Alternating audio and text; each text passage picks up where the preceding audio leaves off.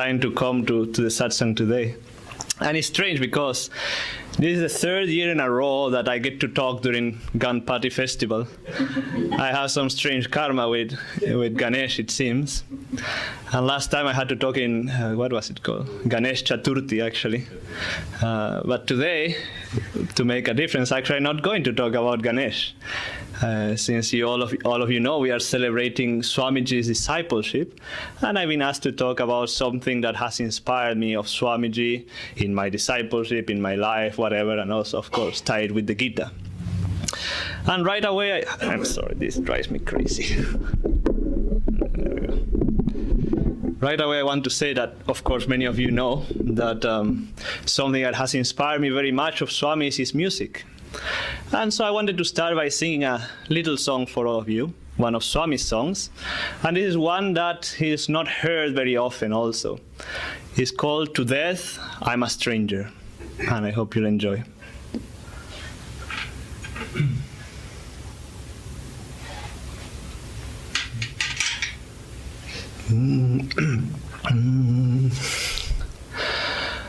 To death I'm a stranger, poor youth that I am. What destiny bears me hence to that shore? The chalice of life, scarce sip at the brim, has slipped from my grasp and stained the dark floor. Has life any meaning? The grail that men sought has never been found on earth. The fountain of youth only a myth. Everyone who's gone far in search of it never found what he sought. Yet see how the night sky which banishes the sun is banished in time by the dawn. Death comes like a gypsy who comes on the way. At dawn his dark caravan's gone. To death I'm a stranger, yet strangest of all. The stranger I feared is a stranger no more.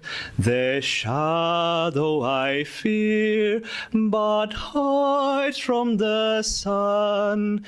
In death there is peace, in God's infinite shore. Yet see how the night sky which vanishes the sun is banished in time by the dawn. Death comes like a gypsy who comes on the way. At dawn his dark caravans gone.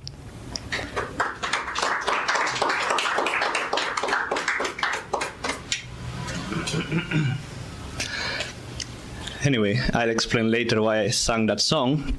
That is a very beautiful song. And today's reading from the Gita is from the 9th chapter, 26th stanza. Whenever anyone with pure intention offers me even a leaf, a flower, a piece of fruit, or water, whether poured out or held up in a vessel, I accept his offering as symbolic of his love. Of course, that's Krishna talking to Arjuna. And I want to talk about two aspects of this reading. The first one being, of course, the whole thing of offering a leaf or offering this or offering that. And I can visualize people saying, But we should offer a banyan tree because it's the best tree, or the Tamil tree because we see Krishna with the Tamil tree, that probably he likes the most. And of course, we all know that is not what he meant at all. But to say that, it's incredible how God, how the divine, how the guru, I always think they are so kind. So many people think they are tyrants. So I think they are so kind because no matter what little bit we offer to him, even a leaf, symbolically meaning like anything, even a little action that we offer to him, to them, they accept as a proof of our love. No matter what we offer to them, they accept it. And of course, there is also the aspect that he goes, a leaf, a flower, water, a bouquet, fruit, whatever. That to say also that, of course, this offering that we have to do, it comes in stages. You see, at the beginning, you could say a leaf. We offer to God, to the divine, maybe the intentions of our actions. Then we evolve to even offer our actions. Then we offer, as we are acting, we offer everything to him. And then we go into higher levels and start offering our every thought, or every feeling. And of course, we get to the most important thing of all that we have to offer, which is ourselves completely, our ego completely. How this self-offering, it also goes through stages, as I said. And in whatever stage we are, it doesn't matter. God will accept that and be grateful for it, and he will uplift us to higher and higher levels. And of course, this subject of self-offering is one very dear to me, and I like that word self-offering very much instead of surrender, as we say many times, because surrenders can be passive. Yes, we need surrender, certainly. We need to surrender to the will of God. Whenever it comes, things come unexpected. Of course, we have to surrender, we have to accept, but I like the self-offering because it involves doing something.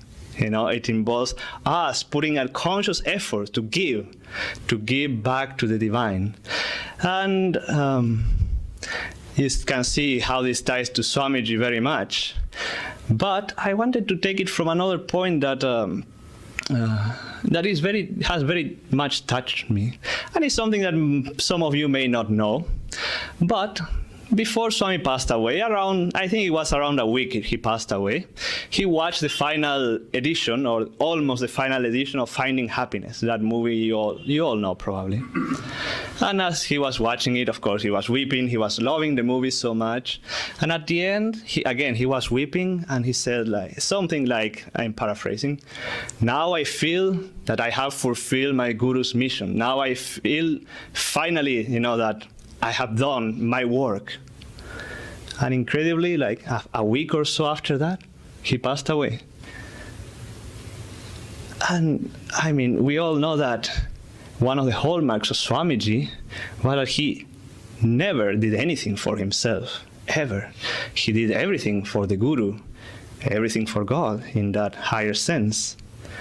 And that is the highest level of self-offering that I also want to reach.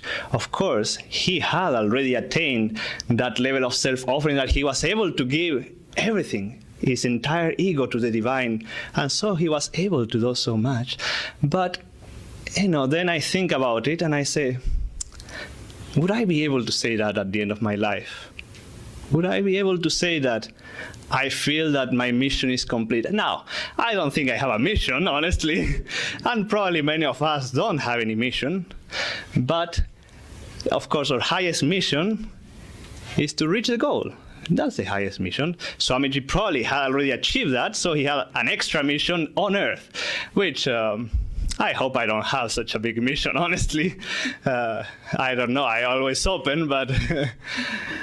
But that to say that at the end of my life, I want to say, yes, I did everything I could to achieve that highest goal. Now, already I can say that I have not done everything I could. But it goes through stages. At this stage of my life, was I able to offer everything, the actions, the thoughts, whatever it may be, to my highest degree, to the divine? If I can say yes, then I can go out of the day happily. You see?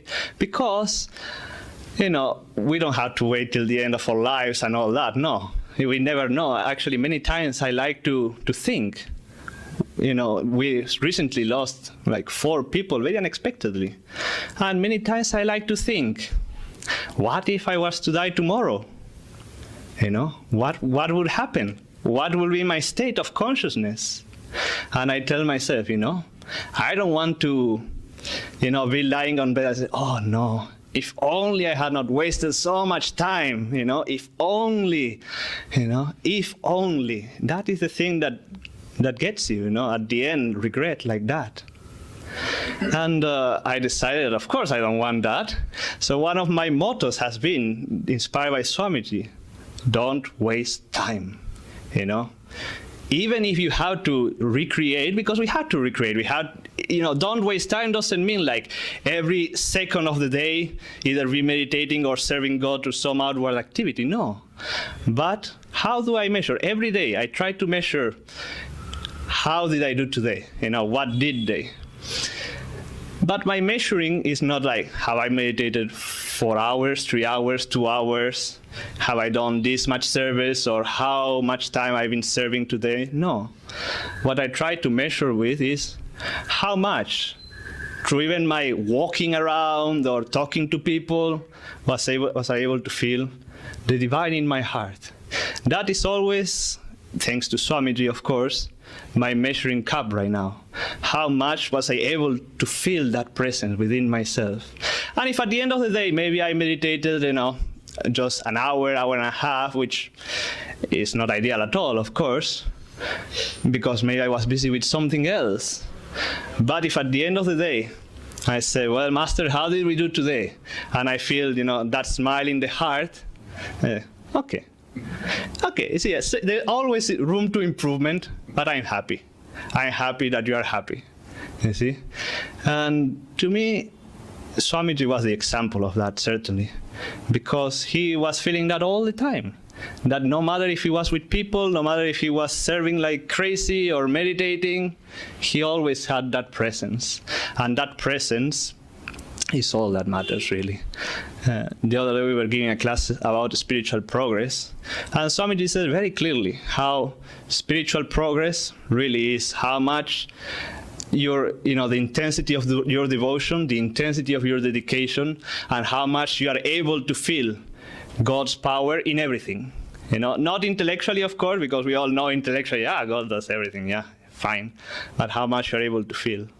And if I go through these years, months, days, whatever, and perhaps I don't feel like going deeper in my meditation necessarily, but if I'm able to feel that it's becoming easier and easier to remember at least, to think of God, at least to remember to think of Him, let alone offer whatever I have, I feel happy. I feel happy. And I feel that something good is happening, at least. As I was saying, it's funny because this song says, to death I'm a stranger, poor youth that I am, And at the beginning starts talking about, death, it comes like a gypsy. It comes, you never know when it may come. But I want to reach to that point like Swamiji, like all the saints, of course, in the second stanza, you could say, or the second part of that song that goes, to death I'm a stranger, yet strangest of all, the stranger I feared is a stranger no more.